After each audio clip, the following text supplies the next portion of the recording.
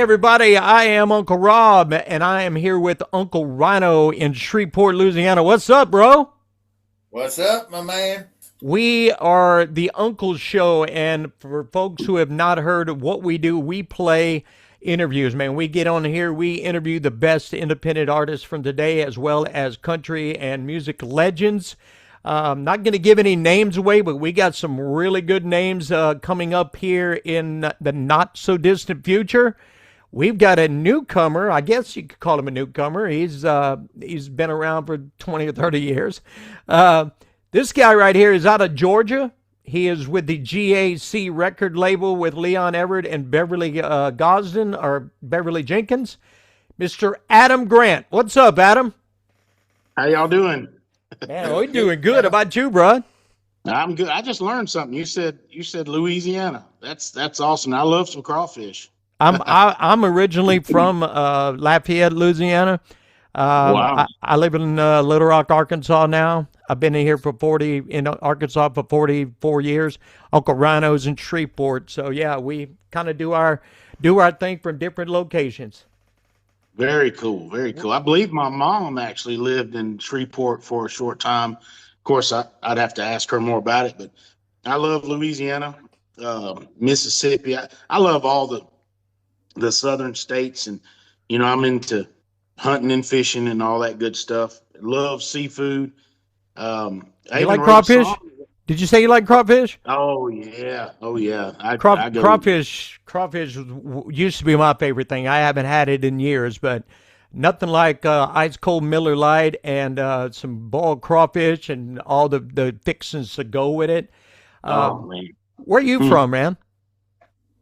I'm in actually right here is I'm kind of on the line of Pine Mountain Valley and a little town called Shiloh. And when I say the line is really, I think my address is a Shiloh address, but I can see the mountain right here out of my back porch on Pine Mountain. And if you've ever heard of Callaway Gardens or any of that, that's right here. I And mean, that's it's in Georgia, right? For folks that it's don't know, yeah, it's deer country, Georgia. I wouldn't have known Georgia Midwest. if we wouldn't have talked earlier. I would have never known Georgia. So If you looked at the map between Noonan, Georgia, that's where Alan Jackson's from, and of course Doug Stone has spent a lot of time in Noonan too. But if you looked on the map between Noonan and Columbus, Georgia, I'm just about dead center on the west side of the state. So so you're back towards Alabama. yeah, I'm about 30 minutes from Alabama. I used to drive an 18 wheeler all up through there. We basically were on I-20 a lot, all the way into Atlanta, and then take Atlanta up to the Carolinas. So never really got to the more northern part of Noonan or Georgia. That's more in the northwestern part, is it not? Well, it's kind of Midwest. If you get above Noonan, like in Carrollton, then you're starting to get up towards Rome and the northern part. But Getting up I'm in towards the stuff. you're going If up you were to towards draw, Fort Payne and Chattanooga. yeah, if you drew a line in Georgia, the a dead center line, I'm just on the south side of it. So Georgia's pretty. At certain times of the year, I like springtime when I used to go through Georgia. Um, I never really was there in the summertime, but it was like springtime and fall was pretty nice. What do you do over there, bro? What does Adam Grant do in Georgia? well, if I'm not messing around with this thing right here, writing songs, I'm depending on the time of year. If it's fall, I'm deer hunting. If it's this time of year, I'm cooking out, and like I was telling y'all earlier, I got a new pool table here behind me. So I've been wanting a pool table since I don't even know when, and I found a really good deal on this one. It's nothing fancy or anything, but that's what I do, man. I'm not a bar hopper unless I'm playing music. Uh, Kind of a homebody. I stay here, write songs, and most of my trips anywhere is going to the recording studio. But other than that, I'm grilling, and I'm usually going live on Facebook. And like we had a big low country boil recently. Speaking of crawfish, um, and I went live, and we were We had cornhole boards. I went and bought some cornhole and cooking all kinds of shrimp and so I love it, man. That's what I do for fun. So Are you a football fan? oh yeah, oh yeah, You don't like the Falcons, do you? man. I feel sorry for the Falcons. I wish they. Because I was going to say, if you're a Falcon fan, we got to end the interview right now. I can't. No, being a New Orleans fan, I cannot. Yeah, I'm a Georgia fan, but people get mad at me because I give them hell. Like when they're messing up, I get all. I shouldn't be that way, but I do. I get emotional over it. You know what I mean? Dude, that's what being a fan is about. I mean, I'm an LSU fan. I live right smack dab in the middle of Razorback country here. Cannot stand the Razorbacks. I'm a LSU fan. I was born in Louisiana, so I'm a New Orleans Saints fan. I've been to both games, see both teams, whether they're winning or they're not winning. I mean, I get mad on Sundays when Drew Brees is throwing interceptions. Of course, that's several years ago, but are LSU's losing? I mean, I'm mad right now. LSU's baseball was supposed to be, they were supposed to be like national champion caliber. Those guys suck right now, but I'm still an LSU Tiger fan. Always going to be. That's what it's part of, you know. Of course, with you being a Georgia Bulldog fan with football, you really ain't got a whole lot to worry about right now because Georgia's pretty dang good. You know, let me clarify that too. I'm a Georgia fan, but when Georgia's not playing Alabama or Auburn, or even some of the, and I know that a lot of people are like, what are you saying? But I'll support Alabama. I'm an Alabama fan when they're not playing Georgia. And I know a lot of people are like, I can't believe you're saying that, but I am. And like if Alabama plays, let's say Michigan, I'm rooting for Alabama. You know what I mean? So that's just how it is. But Georgia's my number one team. And you know, it's funny you mentioned LSU and we're talking about Louisiana. Back when I was the lead singer of a group called Bad Horse, and we had a little independent record deal in Nashville. But back in those days, I was still a police officer, and I used to sit in my police car on night shift. That's all I ever worked was night shift, and I would write songs. And one night, working on the south side of Atlanta, I wrote a song called "She Makes Cajun Look Cool," and Nice. it's a really cool song. Yeah, it's on YouTube. You can check it out. But we would write songs, and I think on that song, if I'm not mistaken, our lead guitarist Charlie Gilbert, and you can look him up. He's an amazing guitar player, and he's been doing a lot of studio stuff now too, as far as producing. But I think he came up with that rhythm. I know you can't hear this guitar, but it's like it's an A. It's let's see. She lives back in the swamp, you see, with the moss and the cypress trees. So that's how it's like a kind of a shuffle song, but really cool song. If y'all check it out, it talks about LSU and I'm gonna she's check my it out. little Cajun queen. I'm gonna check it. I'm gonna check it out just because it's about Louisiana. I'm willing to give it anything that has anything to do with Louisiana. I'm willing to give it a listen. It's my mom's favorite song. She's always saying, "Why don't y'all play that song more? You need to put that out there more." And she's right. It's a great song, really cool song. So you said you're a police officer. Where did you police officer at, and how long did that last?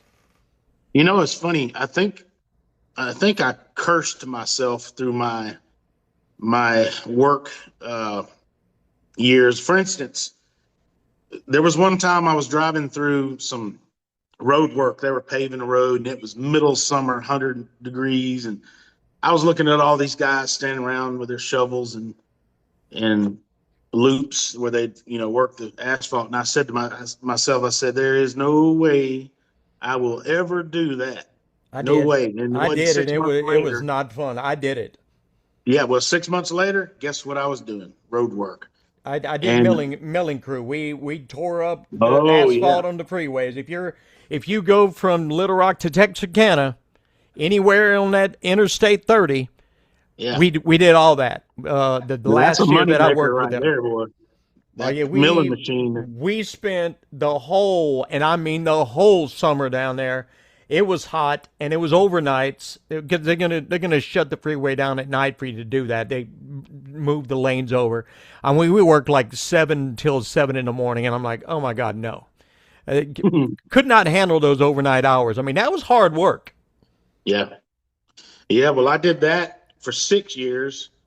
And that was actually back when really started getting going in country music. I was doing a lot of songwriting.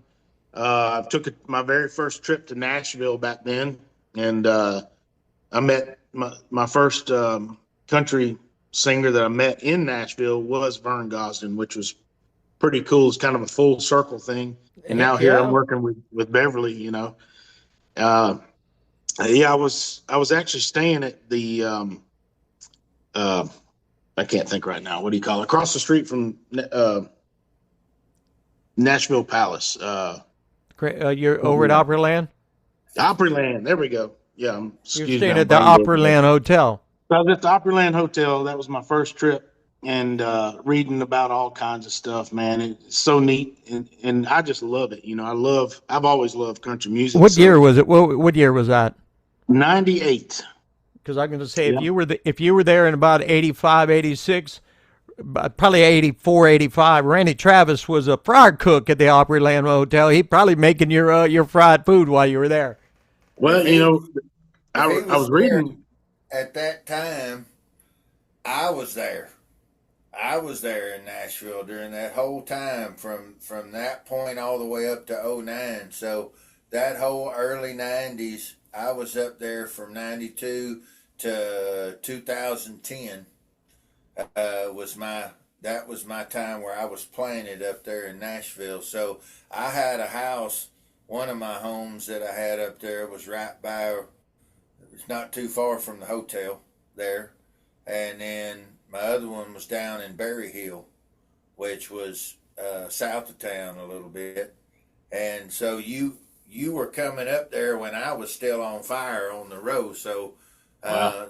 that's pretty wild that you were just then breaking in. I would be, and I knew Vern back then. He had invited me out to a fish fry he had, and I think him and Beverly had just gotten together. Actually, probably maybe they were a couple years into the relationship, maybe not even that long, when I had met him for the first time, and Wow. at the time her. And so that was right around that window, somewhere right in there. It was between 96 and 98, right in that window. So Yeah. you're making my buzzers go off while you sit there telling the story.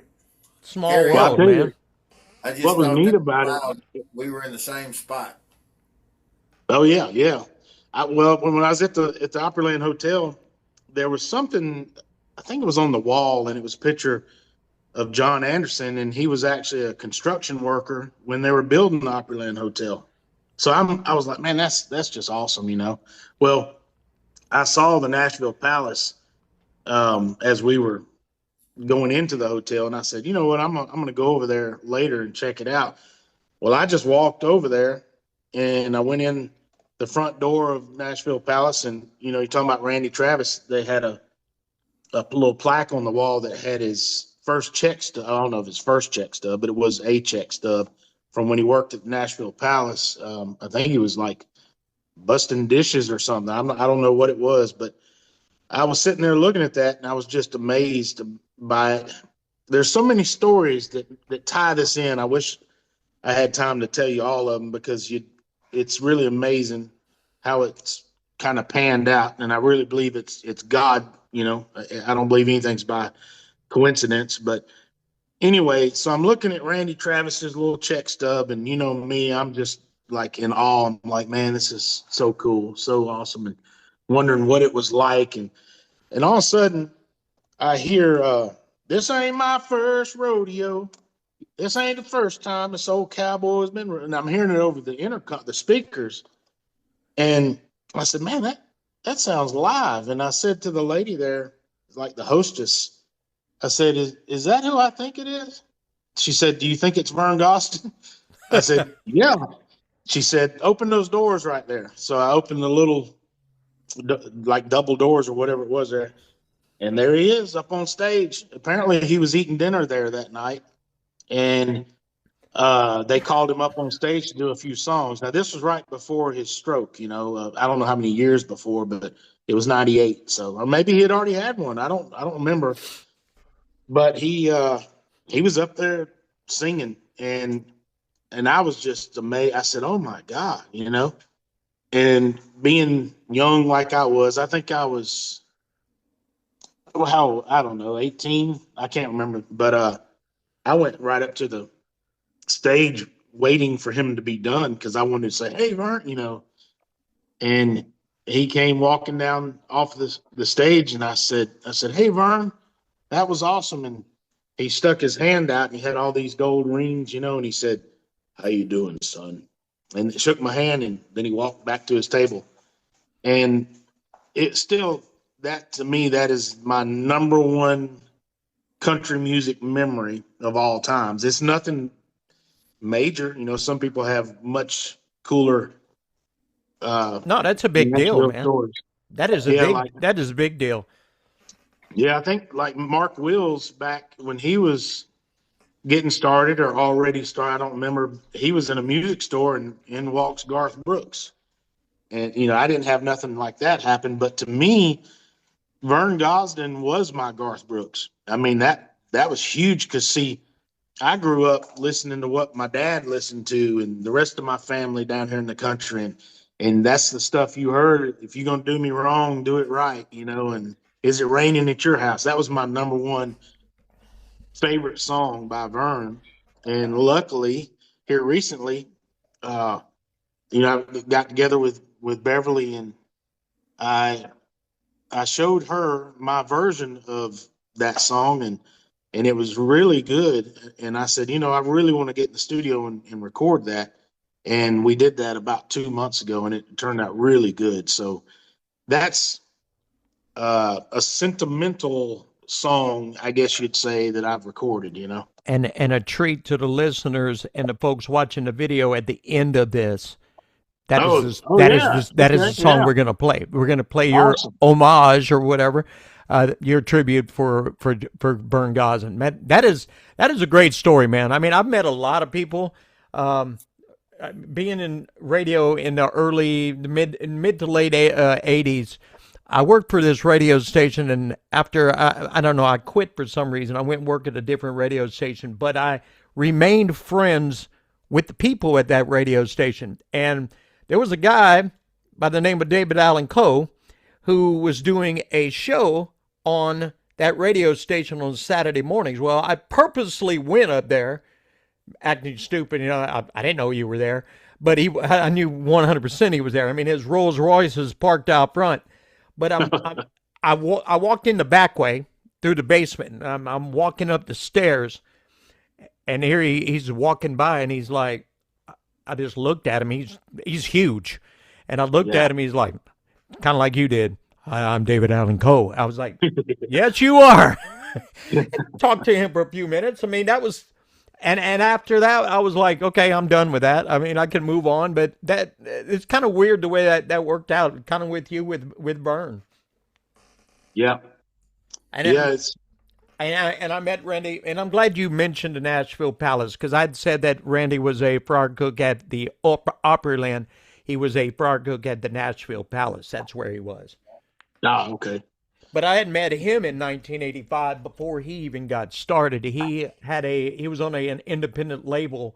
He had put out a song called "On the Other Hand," I think is what it was. And that morning, me and my family were staying in Lebanon, and we were going into Nashville for Fanfare. And Yeah. we were listening to 650 WSM in the morning, and they were at the fairgrounds at Fanfare talking to a Randall Trawick, is what his name was. Randall Trawick. Sure. And they played his On the Other Hand. And I told my mom and dad, I'm like, I want to go meet that guy when we get there. Because I had it all lined up. I was going to meet Alabama, Gene Watson, all these guys. I don't know if Byrne was there, Johnny Lee, John Schneid, all these people. I'm like, I had it all telegraphed. But I was like, we're going to go see this Randall Trawick. And we walk up to him, and nicest guy you could probably ever imagine. Nice, very sweet spoken, nice. I mean, shook my hand, signed, and don't know where it's at, but he signed it on whatever that record label was that he came in before Warner Brothers.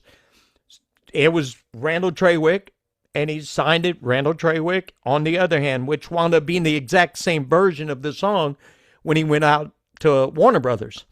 But I was Wow. like, I should have kept track of that record because now it's probably worth $5. No, I mean, it's probably worth a lot of money. Yeah. So Yeah.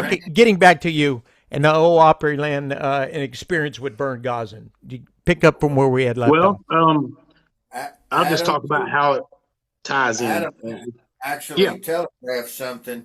Adam gravitates to the guys who, and this is very important for the listeners, because the people that he's speaking on, the Vern Gosdens, the Randy Travis, the John Anderson, and I would add to that group Keith Whitley. Those yeah. those men that Adam is referencing saved country music as we know it.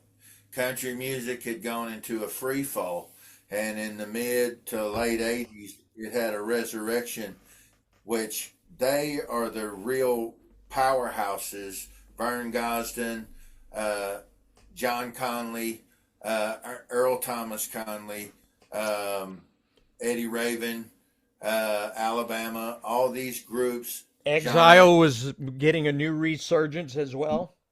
Well, they if it hadn't been for all these guys who did what they did starting in 85 and 86, 84 to 86, they saved country music, changed the whole trajectory of it, and that primed the pump and set it up so the class of 89 could come in, which was Garth Brooks, Dwight Yoakam, Mark Chestnut, Clint Black. They came in, Alan Jackson, and they were able to slingshot into what became the country craze of the 1990s. We would have Tracy never Lawrence. Yeah. Well, and then that came in on the back end. Tracy Byrd, Tracy Lawrence, all them guys. Sammy And that- Kershaw, they had tons of them, yeah.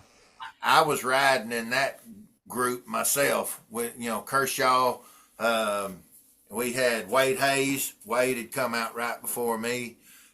Neil McCoy had also come out right before me. Faith So Hill. all that, yeah, yes, and that's the thing is we had to keep it going. The industry gets popular, and then the industry side always loses its way, and then the people like Adam, who they bring it back, and so that's Brooks and Dunn became huge at that time too, huge. Yes, and they're still huge. yeah. Dwight Yoakam, man, I went to see Dwight Yoakam here 2-3 weeks ago, and honestly I'd gone to see ZZ Top. It was Dwight Yoakam with ZZ Top and a new band called Southall, which new band Southall is amazing. Dwight Yoakam came out, absolutely phenomenal. ZZ Top, I wasn't really big on ZZ Top. Dwight made the show for me and my wife both. But we're talking about you, man. So you're with Leon Everett now and Beverly. What's that? That's got to be pretty cool. I mean, he's a legend. We had him on the show a couple of weeks ago. Yeah, I am beyond appreciative. When you're playing music and you're writing songs and you're pursuing, I guess you call it the dream, you kind of wonder, you're like, where am I going? Where am I going to end up? What if am I even progressing? Am I moving forward? And this has been a new wind in my sail, because for many years now, I've just been sitting here writing these songs, recording when I can, and not knowing where I'm going with it, where I'll end up. So this happening when I met Beverly, it kind of ignited everything, because even though I've been writing really good songs and recording, I've still been putting in the work, but I didn't know, I couldn't see anything in the distance. You know what I mean? There was no light at the end of the tunnel. And so I'm just doing all this, not knowing, hey, is this even going to do anything? Am I going to get anywhere or whatever? And then all of a sudden, here comes Beverly, and she says, "Man, I like your voice and I like your songwriting, and you need to be back on the radio." Or I think she said, "You need to be on the radio." And I said, "Well, I used to be actually, because I had a record deal in 2010, and that was when I was the lead singer of Bad Horse, and that's neat stories there too. I actually named the band. Funny story: we'd play shows, and we were really high energy. It was more of a southern rock country kind of thing. Killer guitarists and just great musicians, and after the show, people would come up and they'd say, "Man, you guys are," I'm not going to say the cuss word, but they'd say, "You guys are bad," like a donkey, bad, the AWS. And I said, "Well, we can't call ourselves that." I said, "But we'll relate it to a donkey, and the closest thing is a horse, so we're Bad Horse." And it stuck. And so we went with Bad Horse, and back then, Too bad you didn't do the band now. You could probably call it bad. yeah, You could have called it what you wanted to. yeah. Well, we got an independent record deal. I'm trying to be politically correct and nice. Things didn't work out the way they should have. They could have, but they didn't. Things were ran not correctly. That's the best way to put it. So, but now don't get me wrong. We did amazing things. We achieved really neat things, and we did awesome music videos. And the coolest part is on the radio is we had 3 consecutive #1 songs, and we were also voted Best New Group 2010 by New Music Weekly, and that's when we did a lot of neat stuff. Like we played a show with Randy Travis, and that's another full circle story right there. I don't want to keep going down rabbit holes, but maybe we can come back to that.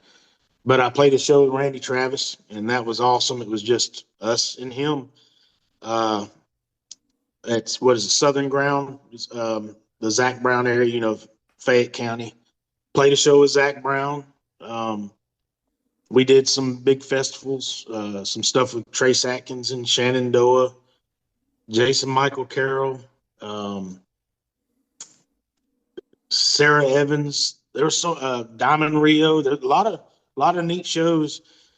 But since then, to get back on track where we were at, when that all ended, it was just me again, me and this guitar. And I was like, well, I'm not going to quit because I can't quit. Even if I try to quit, I'm going to pick the guitar back up because I'll get a song idea. Right. And I'll start trying to write that song, regardless of what it might do for me down the road. I'm still a songwriter and I still love country music. So that's what I did for years between 2010. Well, it ended about 2013. So from that time till now, I've just been working on, I guess, me as a solo artist, writing and recording. And then here comes Beverly, and she said, "You need to be on the radio." And I said, "Well, I actually used to be." And she's like, "Really?" And I told her, because we did really neat stuff. I even wrote a Christian song called "I Still Love Them." And it went to #2 on the inspirational country music charts in Nashville. And then we did some movie stuff. A movie called Brother's Keeper with Travis Tritt in it. And we did a music video of our version. We redid our own version of Amazing Grace. That's a neat story too. So many stories. I could probably talk for a week. But anyway, but back to Beverly. I want to jump in right there because it's funny. You keep saying that you didn't see anything up in front of you. Well, up in front of you kept coming to you. If you stop looking at where you want to be and you start celebrating where you are, that's right. Will change where you want it. Where you're standing will always be where you want to be, and that's the thing is you chase what we discussed off camera for the listeners and for to bring them up to speed. You and I talked about this. where you think at a certain age that putting on the show and being the lightning rod for the room is what your purpose is. It's not. You're the lightning rod that brings everyone into the room together, and then connecting with all of them as human beings is what makes that's your real superpower. And I Yeah. think it's not chasing the radio rabbits or chasing after, oh, I've got to be in this magazine or be on this TV show. You just keep being a beautiful human being and the best version of your mama's son. And when you're doing that, all that other stuff works itself out. Yeah. That was very well put. Yep. I totally agree. And I believe that's where God comes in play too, because everybody is. I just, if you think about it, with God, everything is of a season, and where you are in your life is of a season, and people that are in your life are of a season. Like you look back and you see people that were in your life, and you thought, man, they'll be here forever, and they're not. And all of a sudden, your life's totally different now. I was Yep. thinking this last night. I can remember what I was thinking about, but I was thinking about things I did in the past, and I was like, man, that's another lifetime ago. I don't even hang out with those people anymore. I don't, you know what I mean? Yeah. So everything is of a season, and that goes with your music as well. Because even though I've stayed on path with the songwriting and the country music, the seasons change around me, and so does the environment of where I'm at. And like right now, look where we're at. So every day is a new day, and Beverly, and she'll like to hear this. Beverly brought that new day because I was kind of in country music limbo, and the good thing is I never quit. And I couldn't, even if I wanted to quit. I can't quit. I'll end up picking my guitar back up. But she was that new season, and here we are. And then now here comes Leon Everett, and the way it happened with Beverly, she said, I want to get you on the radio, back on the radio. And I said, let's do it. I'm all about it. I'm all for it. And she introduced me. And it's funny because I'd been watching this recording studio, Tune Designer, John Johnson. He runs it. Great guys. Daniel Addison, killer guitar player. George Sandler, the drummer. Preacher. That's right. I had a song that I co-wrote that was recorded down there at Tune Designer. Wow. That's the only reason I know them. Isn't that, man, this is something. That's crazy. Well, three guys, unbelievable talent. These guys produce music. Now, nothing against Nashville. I love Nashville. And that's the only place I've ever recorded, except my very first recording was in Atlanta next to the Buckboard, where Mark Wills got well, not famous, but he played there with Darren Norwood. But every country act played the Buckboard. Right. It's even in a Garth Brooks song.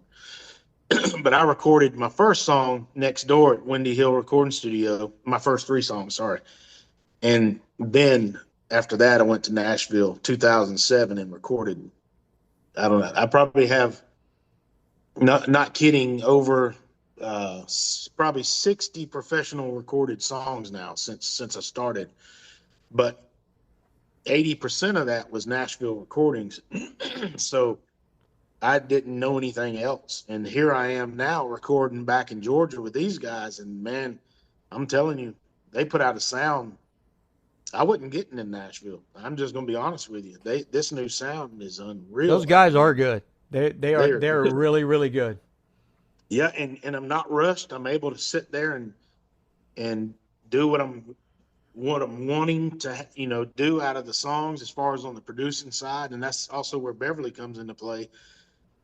Beverly told me, she said, now when you go record there, she said, I'm always a producer. And I said, well, Beverly, I have no problem with you being a producer, but I've always produced my own. It's part of me. It's what I do with, my ideas. So how about we co-produce it? And she said, yeah, that's fine. Let's do that. So, so ever since then, I think our first recording was in America. And then I did a recording with Gail.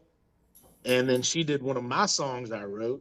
It's I can't even think of the title right now. I'll figure it out. Now you're Y'all- having success on the Cashbox charts with these songs, are you not? Yeah, the very first song that we recorded there at Tune Designer was "In America" with Beverly as co-producer, and it went all the way first time to number 5, and I was just like, wow, I didn't expect that. As a matter of fact, I was crossing my fingers for top 20, just hoping, just so it wasn't embarrassing and it's whatever. But it went to number 5, and I was just amazed. I said, man, that's pretty awesome, and it's addictive. And I was Oh, like, absolutely. I've got to do this again. we got to do it again. So we went back in, and the next big one was with Billy Payne. Man, my song titles I guess I'm on the spot. I can't think of I Ain't Hurting Much. There we go. We recorded a song I wrote called I Ain't Hurting Much. And that went to number 5. But Billy had a song out, a solo song at the same time that went number 1 at the same time. So he was at number 1, and he and I were at number 5. So I then had 2 number 5s in a row. And that's great. Hey, I'm not complaining. I'm content. And then Beverly says, we need to get your song, Even Though You're Gone, that I wrote and recorded in Nashville. Now, this was with John Heinrich. He's a killer still guitar player. And he was always my Nashville co-producer. A lot of great guys that played on that. Eugene Moles, if you're familiar with him, he played with Merle Haggard and oh man, so many others. What's his name? They're gonna put me in the movie. Buck Owens. Buck Owens. There we go. Y'all forgive me on names. I don't know. I'm terrible on names, but Well, we're putting you on the spot a little bit, man. yeah. Well, I probably should have prepared with my names, but I like it spontaneous, man. That's the best Yeah. interviews, is just sitting here being spontaneous. Well, these guys are great. They're so cool, and Eugene's just awesome, great, phenomenal guitar player. So I recorded 2 albums with them, and Beverly loves a lot of that music, and she said, we got to get that song, Even Though You're Gone, on the radio. And I said, well, I love it too. I'm glad you like it, because that's one of my favorites. And I wrote that. It's funny. I was going to Nashville to record that last album, and no, I'm sorry, my first album, because I recorded two albums there. And a week before I went there, I happened to write that song at the last minute. And I was like, because it wasn't scheduled to be recorded. And I was like, oh my God, we got to get this in on that session. This song is better than anything else I had prepared. So we recorded it, and it turned out amazing. Well, Beverly fell in love with it. She said, let's get that on the radio. So we did. She said, I'm telling you, that's a number 1 song. That is a hit song. And I said, well, I hope you're right. And she was. It went to number 1 with Nice. huge jump. Yep. So that was my first number 1 after getting back on radio. Not the Bad Horse days, Right. but all of a sudden we're back in 2 number 5s and then a number 1. You got that fever again. Oh man. And the best part, I'm not saying that I may have more number 1s, but I definitely have some music that could do it. And I always say this. I say, if I'm going to win, whatever you consider winning being, but if I'm going to make it in country music or make a name for myself, it's going to be through consistency, because these songs, I'm not going to stop writing songs, and I try to make sure they're good. You know what I mean? Good, Yes, sir. quality country music. And I try to stick to the truth of traditional country music, just like Alan Jackson and Vince Gill. They're hardcore about that traditional value, and so am I. I love it. And so anyway, the consistency, like I told Beverly, I said, man, I've got an artillery of these jokers, and they're lined up ready to go, between even some of the cover stuff, the Is It Raining at Your House, Vernon Gosden. I don't do a lot of cover songs, but that's one. And then I did one with Randy Travis, and that's another full circle story. I'll tell it real quick if you got Yeah. time. Yeah. When I was about 12 years old, I was watching a episode of Matlock. And I know a lot of people are familiar with this. And Randy Travis was on that episode, and he was sitting on the porch swing, and he had a guitar that he was talking about, and Andy Griffith asked him something about his guitar, and he said, "Oh, I just picked it up at an old pawn shop, and put some new strings on it." And as Andy Griffith started to walk off, Randy Travis started playing a song, and it's called "Life of the Party." And I can't hear you if you're talking to me. I don't know if it messed up, but can you still hear me? Yes, sir. We Okay. can hear you. All right. Anyway, he started playing this song, "Life of the Party." And I don't know if y'all can hear this guitar, but it's just, can you hear that at all? Just a little. It's I'm the life of the party. I'm everybody's friend. But anyway, it was this killer country song, slow country song. And at 12 years old, I just fell in love with that. I said, "Good Lord, that's the best country song I've ever heard in my life." I mean, just off. And then, of course, you got Randy Travis singing it, which just throws gas on fire. And I went to, back then you had Turtles and stuff. That's where you got your music. And I went looking for that song, and I looked and looked, couldn't find it nowhere. And I was like, man, I got to find that song, because it wasn't like today where you can get on YouTube or Google it, and I couldn't find it. And at 12 years old, I remember this. I was sitting on my bed with my guitar. And back then I just learning how to play, really. And I thought to myself, I said, if I ever make it in country music, whatever that might be, making it. But I said, if I ever make it in country music and I get the chance to meet Randy Travis, I'm going to ask him about that dadgum song. And all of a sudden, this is how God works, I'm telling you. 2009, right before our first record deal as Bad Horse, we get to play a show with Randy Travis. And backstage, this is another funny thing too. His band had this gag that they would do on openers. They'd take a cooler and they'd set it in the corner of the green room. And one of his guys, I forgot which one it was, may have even been his road manager. He came in to our guys, said, "Hey man, if y'all want any drinks, we got a cooler over there. It's got beer and Cokes, whatever you want, And if you went over there and opened that cooler, they had a fishing line tied to a rubber snake. So the snake would jump out at you, Oh my gosh. But we were doing that, so we started getting our band members, the ones who'd been outside and didn't know, would come in and say, "Hey man, get you a drink or get me a drink out of that cooler." So they'd go over there and open it and jump back, and some of Randy Travis's guys were dying laughing.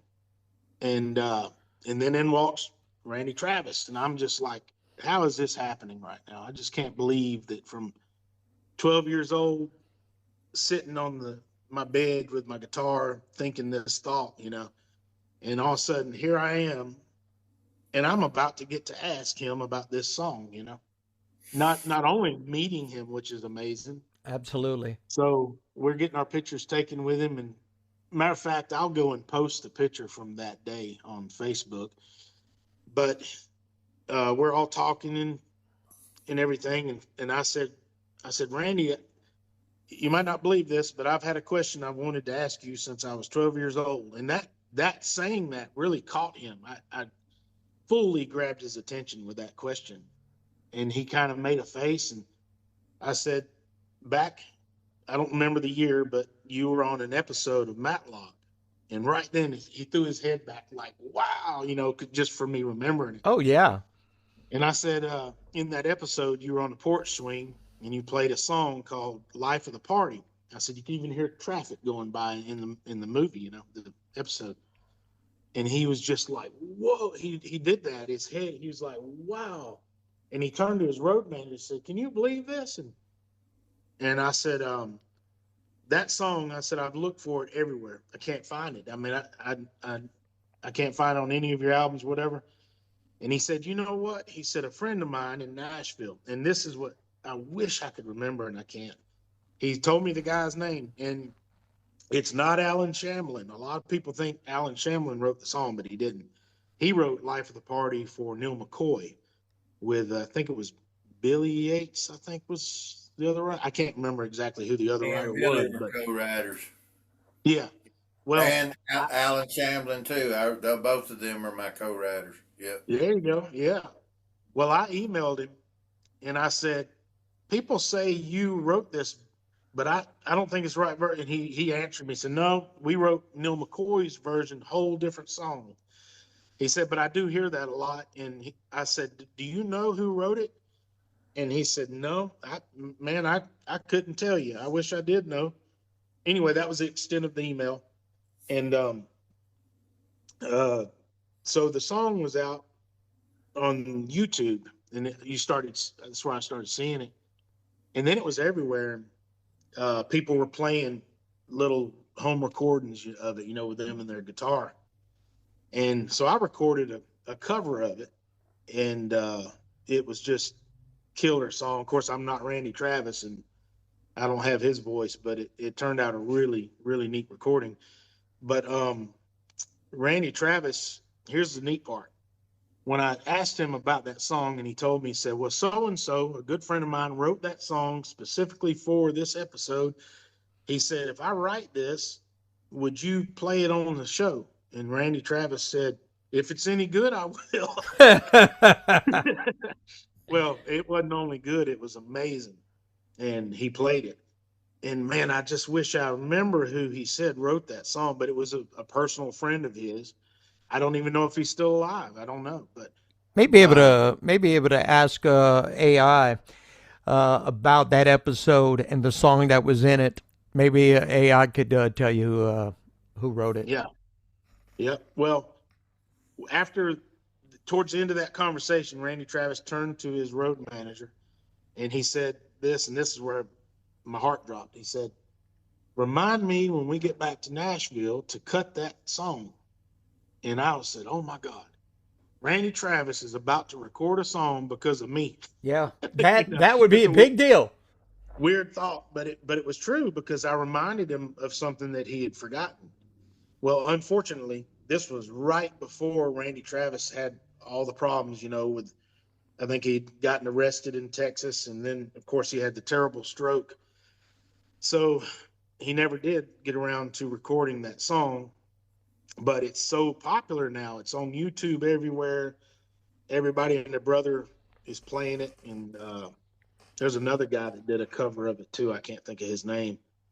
But you can check out mine. And I tried to pay tribute as much as possible to Randy when I recorded my version, which is hard to do with his voice. But great. The instruments, the session was just amazing. And of course, I claim no rights. I'm just covering it, but killer song.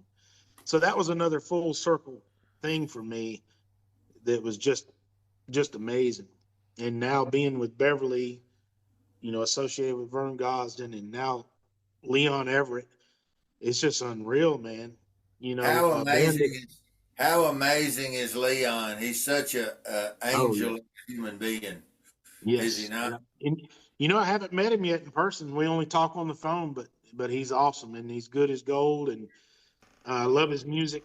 And when you go back and listen to his songs, he had that 80s country just nailed the sound of his voice and the way he sung those songs. And it's timeless. Like, it's almost like the good old Merle Haggard songs and the Vern Gosdins, and it's just time stamped. He's got that sound that you just can't reproduce it nowadays.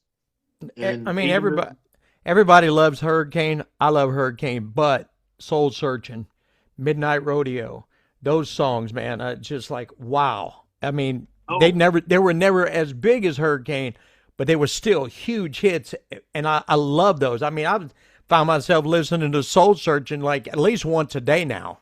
I'm like, I forgot all about that until we got him the interview, and it just brought back all those memories. And I went on Spotify, listened to his stuff. I'm like, man, I forgot he sang this song.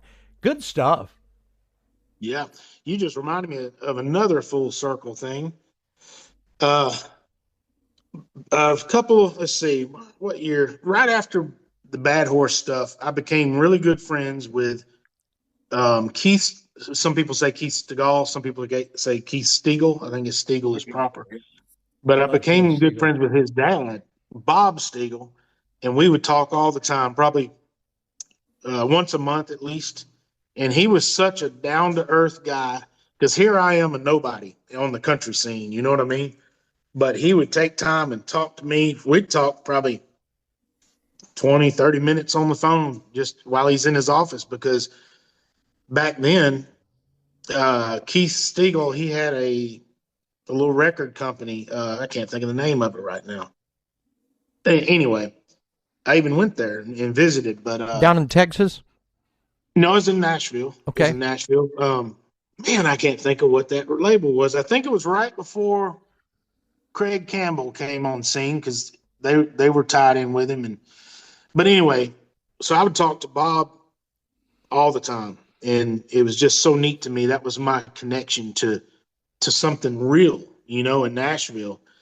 And later, unfortunately, he died, of course, and that was bad. And I've messaged Keith several times on Facebook. We've talked on Messenger, but I think Keith probably is like, who is this guy? He doesn't know me.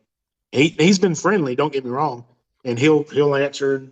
And I've actually sent him some music to listen to, but I know he's like, sorry, man, I don't know you. I don't know who you are. But me and his dad were really good friends, and he was an awesome guy. Another Louisiana.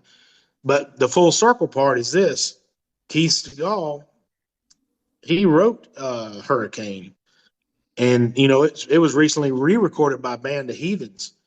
And Leon Everett, we were talking the other night on the phone, and he was telling me about how he and Keith are friends. And he said, I remember when Keith was just a youngin', and he was in the studio writing that song, and he ended up recording Hurricane that Keith wrote.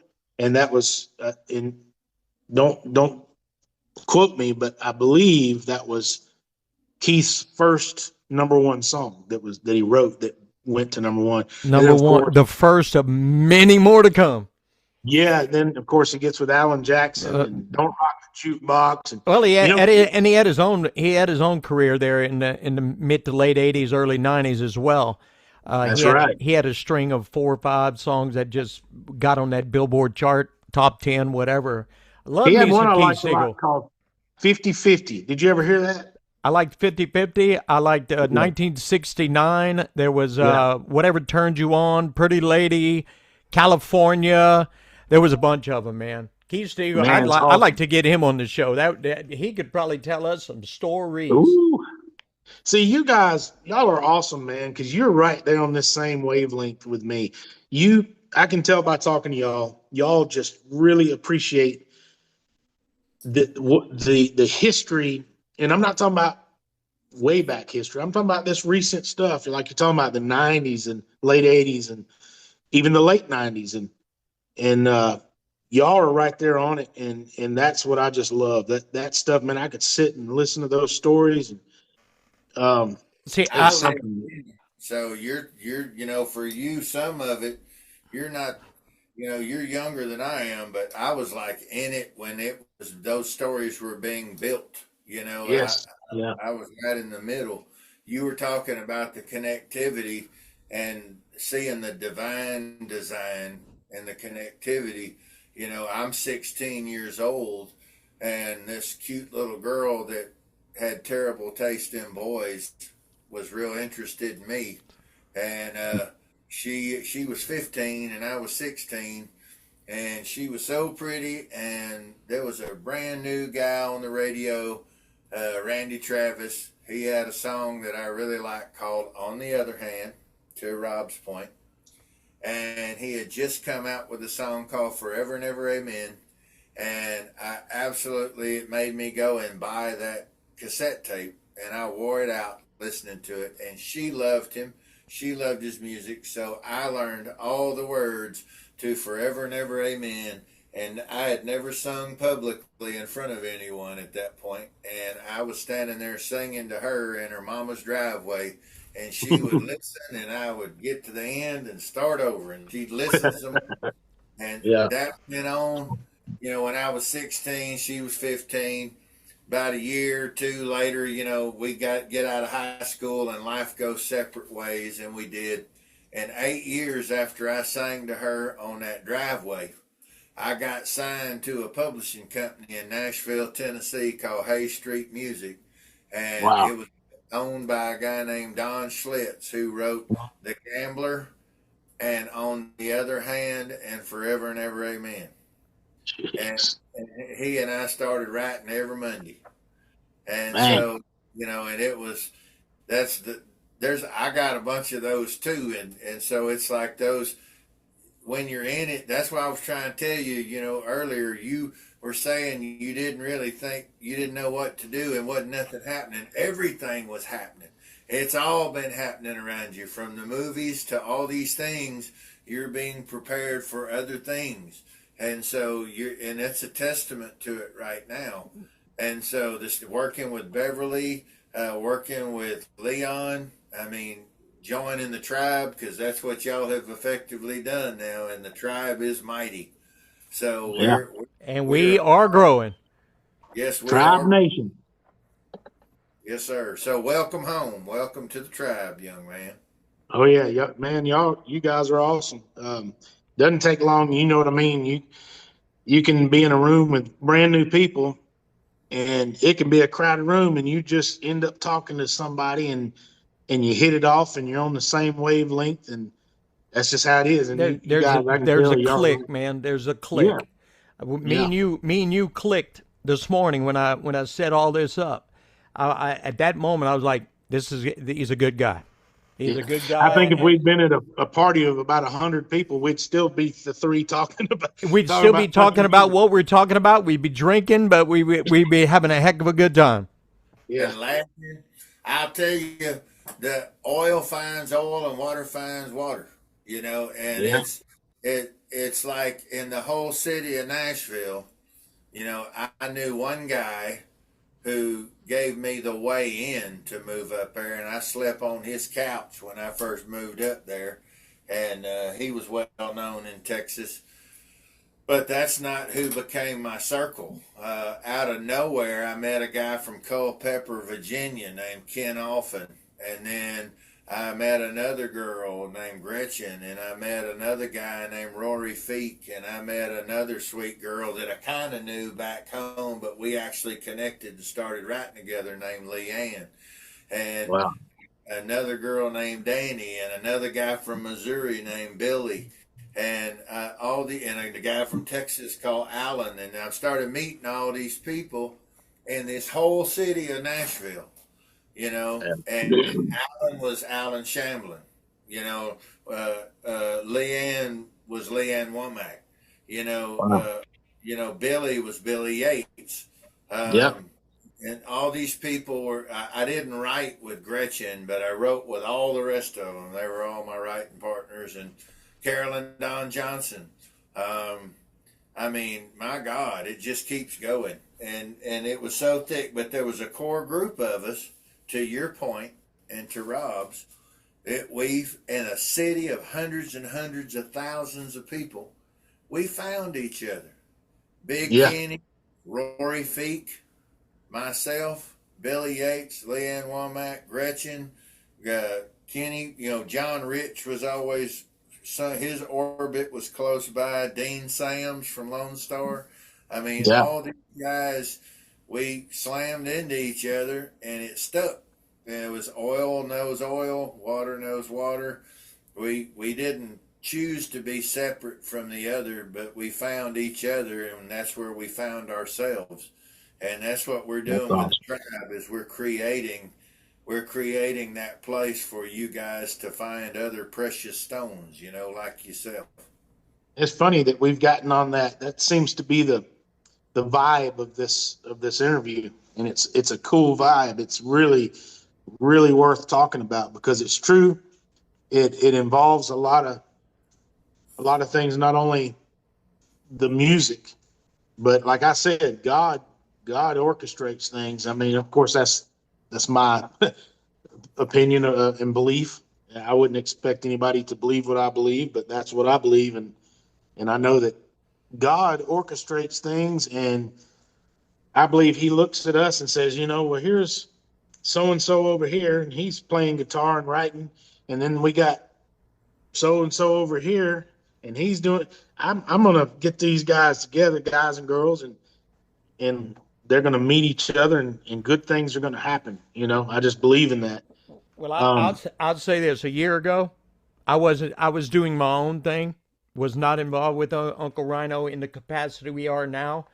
Me and him been together 4 or 5 months now. Best 5 months for my whole radio time. Period. I mean, he has opened so many doors. I'm meeting so many new people, but learning about people is the biggest reward for me, and helping them to try to make the best of what we're trying to accomplish. yeah,